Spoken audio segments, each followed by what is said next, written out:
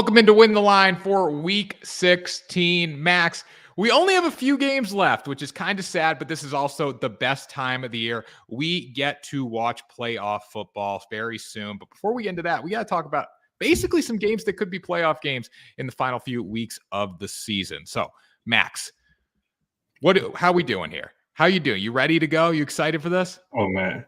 I mean, this is what we've all been building up to. You start the season, everybody's got hope. Now you're getting down to that nitty gritty, and get to see who's going to make it here in crunch time. So yeah, it's very exciting. Yeah, definitely. So we're live on Twitter right now, also live on the 33rd Team Fantasy YouTube. If you're watching on Twitter right now, guys, make sure you go over to that 33rd Team Fantasy and Betting YouTube channel. Much better experience over there. You can ask questions, and we will pull them right up on the screen. Anything you want from the fantasy or the betting world, but we're focusing on the trenches this week on Win the Line, as we always do. And we got a good one to start out here. Big mismatch. The New York Jets defense versus the Washington Commanders offense. The big thing to note with New York right now, Quentin Jefferson, injured reserve with hip problem, leads the defensive line in sacks for the New York Jets. So first off, Max, how big of a loss is this for the very talented Jets defense? Yeah, they've got guys that they've had the depth that they've been able to rotate a little bit. So I think they can survive without him. Obviously, losing that is tough. You don't like losing that production. You also are going to have guys that are a little bit less fresh unless you can find that next man up that can replace him in the rotation. Again, you're probably not going to see the same production from that replacement. But as far as the guys remaining there, you still have Quentin Williams there. You still have Solomon Thomas. And I think they can survive, but they'll definitely miss him. Yeah, the Jets are one of the best defenses in the NFL, 7th in total yards allowed, 11th in total points allowed. Very good there. And the offense really hasn't put them in good spots all season. So when you factor that into the equation, they've been that much better because they've been in negative territory a lot. So looking at this game, I think Sam Howell is the guy to watch for the Commanders. 15 picks in 14 games this season. How do the New York Jets get to him and make him continue to throw the interceptions that we've seen all season? Yeah, they're going to need that pressure. And I know for Washington, their offensive line struggles a lot, but in particular on the inside. So those guys we just talked about, Quentin Williams, Solomon Thomas, getting that face pressure, getting in his face. I know Washington lets him air it out quite a bit. So a lot of opportunities to do that. And then, getting some production from the edge. They've got a lot of guys over there that they've invested a lot in. You got, Jermaine Johnson, first-round pick last year. Will McDonald, first-round pick this year. John Franklin Myers, and you even got Carl Lawson. I know he's not been the same since his Achilles injury a couple of years back, but they've got some guys that can make those plays on the edge. But I think really that face pressure from Quentin and from Solomon there, I think is when the quarterback can see what's coming at him, it makes him a lot more antsy. So when you got an antsy quarterback and make those bad throws, and like you said, he's been throwing a lot of picks over the last, really for the course of the season. So. Yeah, I mean, back in the playing days, the number one phrase was "Don't get beat inside." Don't get beat inside, especially if you're playing tackle there, because you don't want to give up the quickest path to the quarterback. Solomon Thomas, Quentin Williams, those are guys that have quick paths to the quarterback, and we've seen it, especially with Quentin Williams and his sack numbers this season. So, looking at Sam Howell's passing yards here, the Rams and Dolphins kept him under 130. Now, keep in mind he was benched in the fourth quarter against the Rams. I do expect him to start in this game. Does he get anywhere near that 200-yard mark against the New York Jets? Man, it's tough to see because I think this is a game that they can get a little bit of that complementary football we talk about so often on this show with the Jets offense. I know they struggle at times, but that Washington defense isn't the most imposing necessarily. And so I think that they can get a little bit of help from their offense, keep them off the field a little bit more, maybe put them in some more favorable field position. And they've got the defense that, like you said, is stood up against the test when they've been down and out in those situations. So getting a little bit of help, I think that kind of can help them keep them under. I do see Washington trying to pass a lot, so there's a path to get to 200 just on sheer volume. But this Jets defense, I think you give them a good situation, they're probably up among the elites in the league. With all the bad situations they've had, they're still top third. So. Yeah, when it comes to his passing yards, I'd probably stay away from it. Like you said, there is that path because they just want to throw the ball all game. But at the same time, too, this New York Jets defense has been sensational for a lot of games. And they've really made a lot of quarterbacks' days miserable there. So moving into our next game here, the Philadelphia Eagles defense versus the New York Giants offense. Big mismatch here, and you might not think mismatch when it comes to the Eagles defense right now. They had a massive breakdown against the Seattle Seahawks the other night. Max, I was on Eagles -3.5, so very tough loss for me. But what did you see in that game? Did you expect the Eagles defense to kind of have that mishap at the end, or were you banking on them to finally come up with the stop and play well in the secondary? I mean, you do think they can come up with a stop. They did get some plays out of their defensive line there. I know Jalen Carter finally broke through and had the sack again. It'd been a little bit of time. Like, he's been a dominant force on that front, but they've been a little bit inconsistent recently. And so, they still have the ability, and you expect them to come up in crunch time. They're a good football team. On good football teams, you expect them to make those plays. And obviously this last week in a primetime game for everybody to see, didn't quite get it done, but I'm still betting on that talent, especially in this matchup this week. So, yeah, even though I had Eagles -3.5, I'm not a super huge fan of Philadelphia. They've cost me a lot over the past few weeks. So seeing Drew Lock and the Seattle offense, being an offensive guy, put together that drive was also, I guess, a silver lining of losing some money the other night, but definitely not something I'd like to experience again. Looking at this game here, New York Giants allow the most sacks per game in the NFL. The offensive line just simply hasn't been good. We see that week after week. But the thing for the Eagles is Fletcher Cox and Jalen Carter have been relatively quiet the past couple weeks, right? We haven't seen that consistency. We haven't seen the domination that we saw earlier in the season. So being an interior guy, what do they have to do to get back on track? I mean, they just got to get back to their basics. Whenever I was going through a rut when I was playing, I always tried to go back to the basics, like focus on the fundamentals, the things that got you there, really.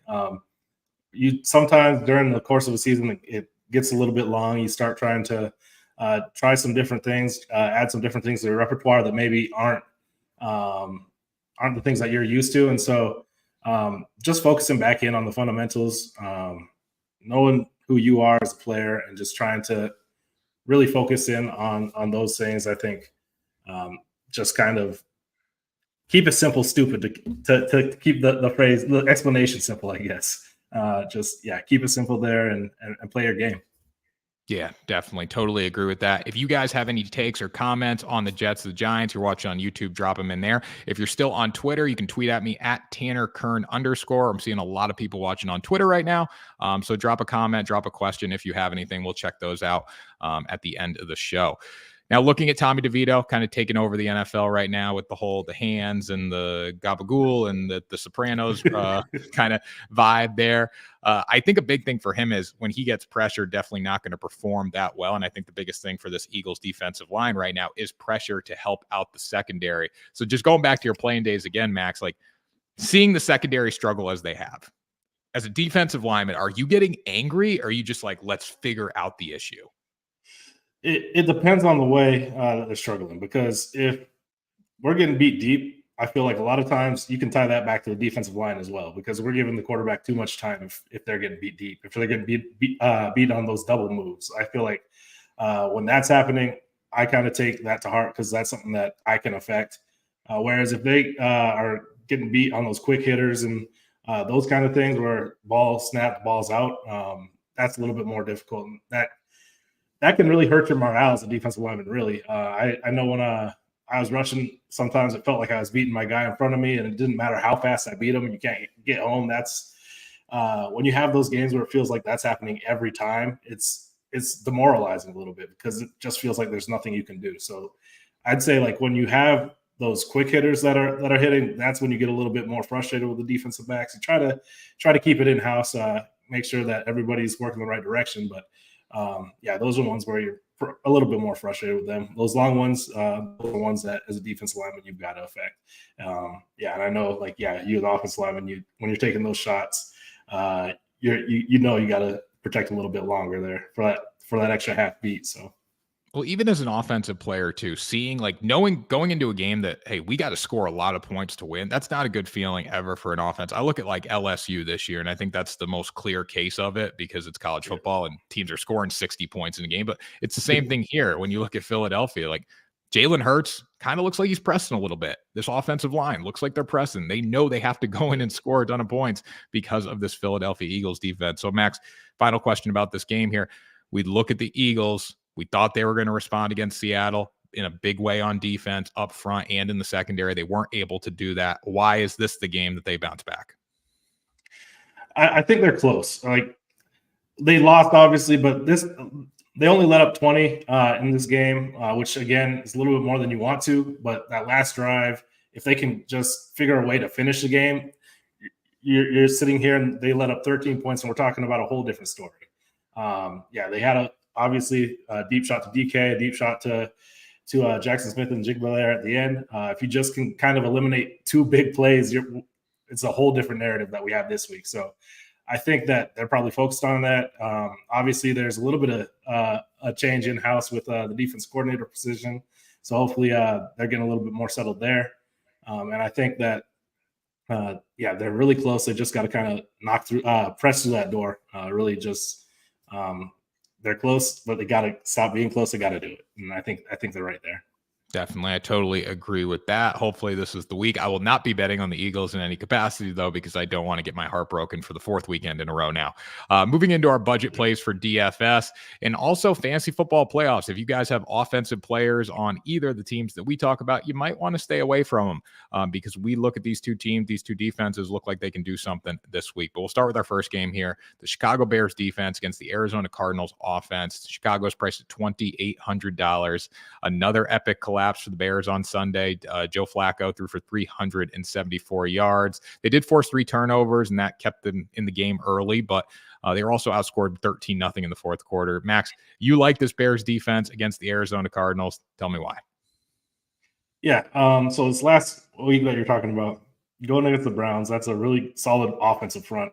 So I think that going against the Cardinals, going against a front that's a little bit I don't want to say easier because there's no easy games in the NFL, but it is a front that you're not as scared of in Arizona. And the Bears are kind of finding their way on defense. I know we talked about it when it happened.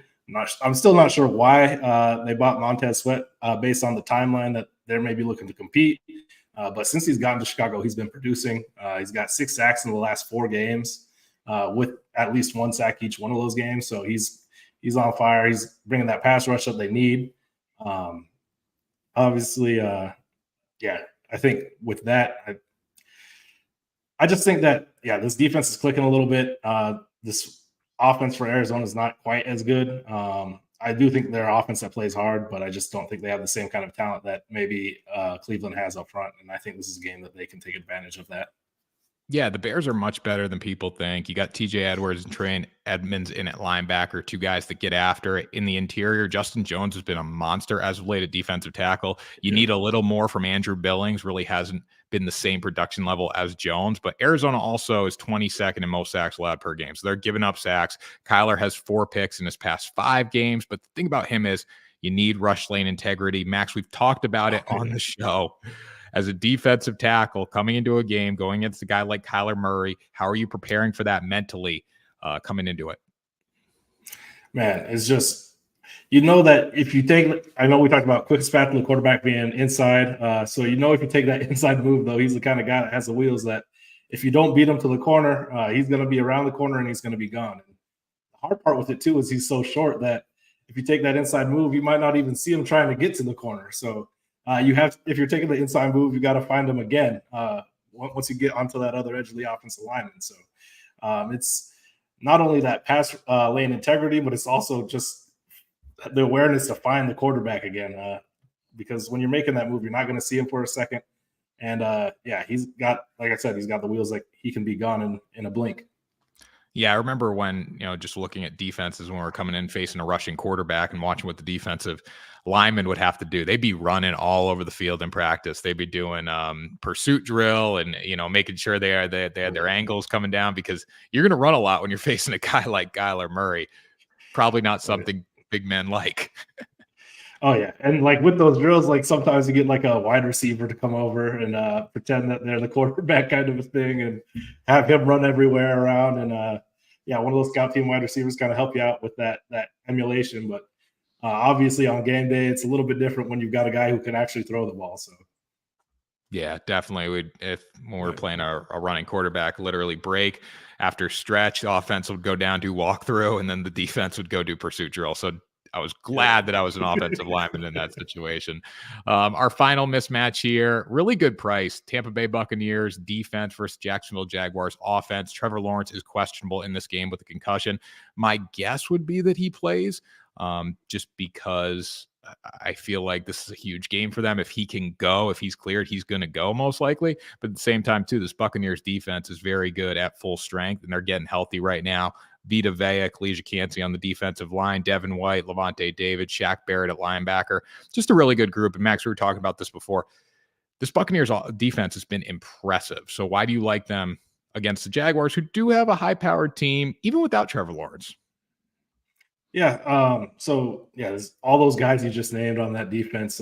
They've got a very impressive defense, and a lot of those guys were around for that core that won the Super Bowl just a couple years back. And so they've got the experience. They know what it's like to play in big games. They are still very much alive in that division for the playoffs and pushing for the playoffs. Whereas Jacksonville, I know just a couple of weeks ago we were talking about maybe they have an outside chance at that 1 seed.